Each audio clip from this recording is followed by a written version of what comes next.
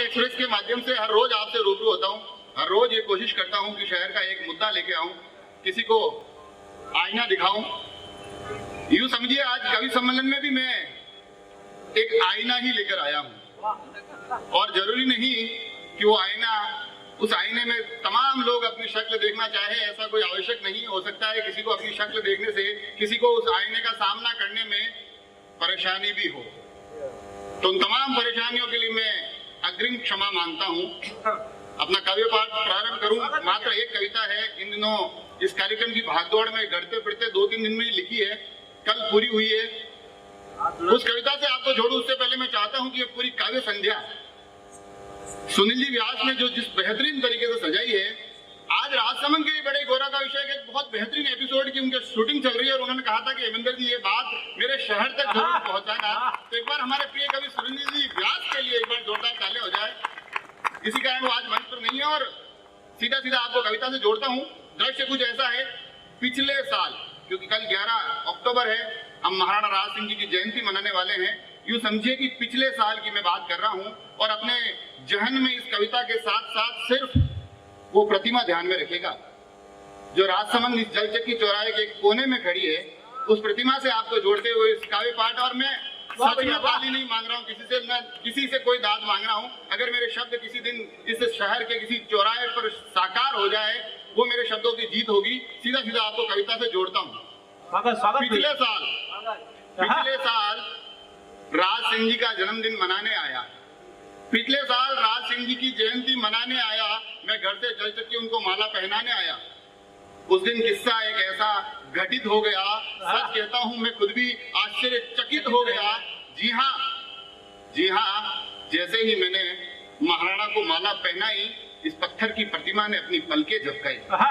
दृष्टि से जुड़िएगा कि जैसे ही मैंने उस दिन महाराणा को माला पहनाई, इस पत्थर की प्रतिमा ने अपनी पलकें झपकाई। जी हाँ, इस पत्थर की मूर्ति ने अपने नेत्र खोले, और मुझे देखते ही वो मुझसे बोले, बता मैं कैसा दिख रहा हूँ, बता मैं कैसा दिख रहा हूँ। और पत्थर की मूर्ति को बोलते देख मैं चौंका, पत्थर की मूर्ति को बोलते देख मैं चौंका। मैं डरकर भागने ही लगा था कि उन्होंने रोका। बोले, शहर का संस्थापक हूँ, आज भी अपने लोगों के हालात टटोलता हूँ, और डर मत, कभी कभी मैं भी बोलता हूँ। डर मत, कभी कभी मैं भी बोलता हूँ। ये सुनकर मुझे थोड़ा थोड़ा सुकून आया, और इतने में उन्होंने वही सवाल पुनः दोहराया, अरे बता ना मैं कैसा दिख रहा हूँ, बता ना मैं कैसा दिख रहा हूँ। अब मैं उनको निहार रहा था अपनी नजरें उठाकर, अब मैं उनको निहार रहा था। उस प्रतिमा को जहन में रखिएगा कि अब मैं उनको निहार रहा था। बहुत सुंदर निर्वाह किया। अब मैं उस प्रतिमा को निहार रहा था नजरें उठाकर, और धीरे धीरे बोलने लगा अपनी सारी ताकत जुटाकर, अरे आप तो महाराज है, आप तो राजाधिराज है, अरे आप तो महाराज है, आप तो राजाधिराज है। आप सूर्य की तरह आपका स्वरूप चमकता है, आपकी आभा से ही पूरा शहर चमकता है। आप दयालु, आप साहसी, आप धर्म के रक्षक हैं। है गर्व हमारा महाराणा, आप हमारे संरक्षक हैं।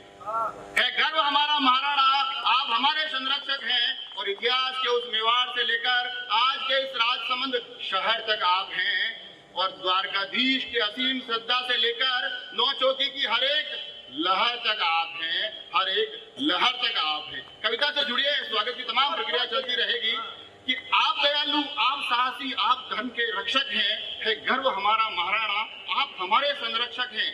तो इतिहास के उस मेवाड़ से लेकर आज के राजसमंद शहर तक आप हैं, और द्वारकाधीश जी की असीम श्रद्धा से इस नौचौकी की हर एक लहर तक आप हैं। और आज भी तमाम नेताओं के दावे आप पर ही टिक रहे हैं, आज भी तमाम नेताओं के दावे आप पर ही टिक रहे हैं। ये कवि, ये पत्रकार सभी आप पर ही लिख रहे हैं, और एक झील के जल से जीवन सुधारने वाले राजा, सच कहता हूँ आप बड़े अद्भुत दिख रहे हैं, बड़े अद्भुत दिख रहे हैं। क्या व्यंग्य किया भैया, बहुत जोरदार कविता।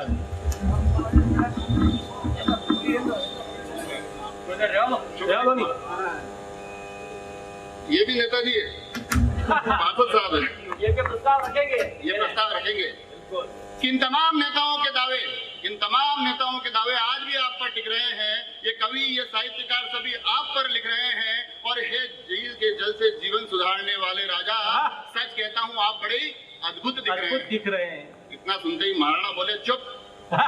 इतना सुनते ही महाराणा बोले चुप, अब आगे कुछ और नहीं कहेगा और जब तक मेरी आज्ञा नहीं हो तो बिल्कुल चुप रहेगा। वाह भैया वाह। मुझे तो लगा था तुम मुझसे जुड़े हुए सत्य बताएगा, मेरी इस प्रतिमा के तमाम असली तथ्य बताएगा, मगर लगता है अब ये पूरा के पूरा शहर सच बोलना छोड़ चुका है और अपने इस महाराणा की वर्तमान स्थिति से हर एक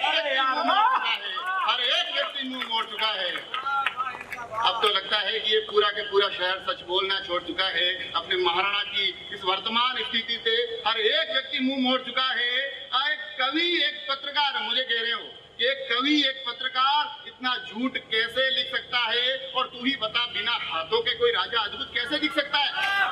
तू ही बता कि बिना हाथों के कोई राजा अद्भुत कैसे दिख सकता है? खैर अफसोस नहीं, सरक सके, खैर अफसोस नहीं कि राजाओं जैसे वस्त्र नहीं है। हाँ, अफसोस नहीं कि मेरे हाथों में अस्त्र नहीं है। हाँ, अफसोस नहीं कि मैं राणा जैसे तैयार नहीं हूँ। हाँ, अफसोस नहीं कि मैं किसी घोड़े पर सवार नहीं हूँ। मगर जिस शहर को दी मैंने झील, मगर जिस शहर को मैंने दी झील, दिया मैंने किला, उसे मेरे लिए एक ढंग का स्थान तक नहीं मिला। अरे यार, उसे मेरे लिए एक ढंग का स्थान तक नहीं मिला। तू ही बता, अरे तू ही बता, क्या फायदा है ऐसा संरक्षक होने में जहाँ तुझे तुम्हारे ही शहर में बिठा दिया जाए एक छोटे से कोने में, जहाँ तुम्हें तुम्हारे ही शहर में बिठा दिया जाए एक छोटे से कोने में। कविता यहाँ से और आगे चलती है और आपको लगता है कि मैं वास्तव में कहीं कोई सटीक बात आपके मन की बात कह रहा हूँ तो मुझे बताइएगा, क्योंकि आगे के जो दृश्य है ना वो शायद थोड़े और जटिल होते रहेंगे। आपको महसूस होगा कि किसी तरह से आपके मन की बात मैं आपको उस तक पहुंचा रहा हूँ कि अफसोस कि उसे मेरे लिए एक उचित स्थान तक नहीं मिला। अब तुम ही बताओ क्या फायदा है ऐसा संरक्षक होने में जहाँ आपको आपके ही शहर में बिठा दिया जाए एक छोटे से कोने में। और जरा देख, मेरी ये नगरी मुझसे कितनी रूठी हुई है कि मार्बल नगरी के राजा की यहाँ की टाइलें तक टूटी। अरे यार वाह। मार्बल नगरी के यहाँ के राजा की टाइलें तक टूटी हुई है। वहीं पर कभी सब्जी, कभी पानी पूरी की लारी खड़ी है। वहीं पर कभी सब्जी, कभी पानी पूरी की लारी खड़ी है। और जरा मजे की बात देख, नेताओं के नाम वाली पट्टी मेरी प्रतिमा, अरे यार गजब, नेताओं के नाम वाली प्रतिमा मेरी पट्टी से बड़ी है। और यहीं पर पानी पूरी वाला अपने गराज बिठाता है। अरे यार, यहीं पर पानी पूरी वाला अपने गराज बिठाता है। यहीं पर कभी कभार कोई ताश की बाजी लगाता है। यहीं पर पानी बतासे वाला अपने गराज बिठाता है। यहीं पर कभी कभार कोई ताश की बाजी लगाता है। और कुछ लोग तो मुझसे अपना प्रचार करवाते हैं। हाँ, अपने फर्म में आयोजन के पोस्टर मुझे पर चिपकाते हैं। अरे यार गजब। अपने फर्म में आयोजन के पोस्टर मुझे पर चिपकाते हैं। और सच माने शहर, मैं आज भी तेरे लिए उपयोगी बना हूँ। लोग पता बताते हैं, जलचक्की आजा, राज सिंह के पास खड़ा हूँ। अरे यार गजब। सच माने शहर, मैं आज भी तेरे लिए उपयोगी बना हूँ। लोग फोन पर पता तक बताते हैं, जलचक्की आजा, मैं राज सिंह के पास खड़ा हूँ।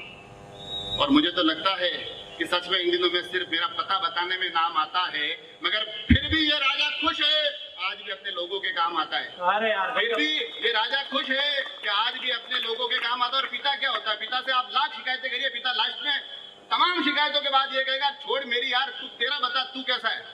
वो एक संरक्षक ही वो बात कर सकता है कि मुझे तो लगता है कि अब सिर्फ पता बताने में मेरा नाम आता है, मगर इस बात की खुशी है कि ये राजा आज भी अपने शहर के काम आता है। खैर छोड़, मेरा नाम, मेरा पता, मुझे मेरे शहर की बता, मुझे मेरे शहर की बता। हाँ, बताना बातें मेरे नगर की, मेरे लोगों की। अरे बताना अभी कितनी भरी है नोचों की। अरे बताना अभी कितनी भरी है नोचों की। सुना है छलकी थी कुछ साल पहले, सबने खूब मौज मस्ती की, खूब घूमे फिरे टहले।